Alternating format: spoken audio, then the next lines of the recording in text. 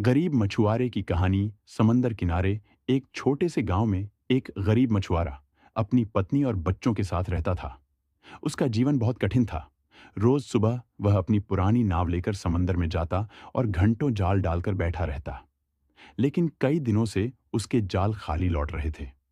घर में बच्चे भूखे सोने लगे। पत्नी की आंखों में चिंता थी, लेकिन मछुआरा कभी हार नहीं मानता था। एक दिन जब सूरज ढलने ही वाला था और मछुआरा मायूस होकर जाल समेट रहा था, तभी उसके जाल में एक चमचमाती सोने की मछली फंसी। मछली इंसानी आवाज में बोली, हे मछुआरे, अगर तुम मुझे आजाद कर दोगे तो मैं तुम्हारी गरीबी हमेशा के लिए मिटा दूंगी। मछुआरे का दिल पिघल गया।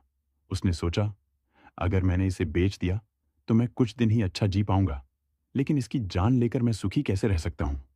उसने बिना लालच किए मछली को वापस समंदर में छोड़ दिया।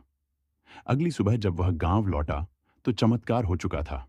उसकी टूटी नाव नई हो गई थी।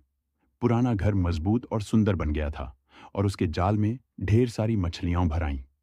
अब मछुआरा और उसका परिवार सुखी जीवन जीने लगे। उसने सबको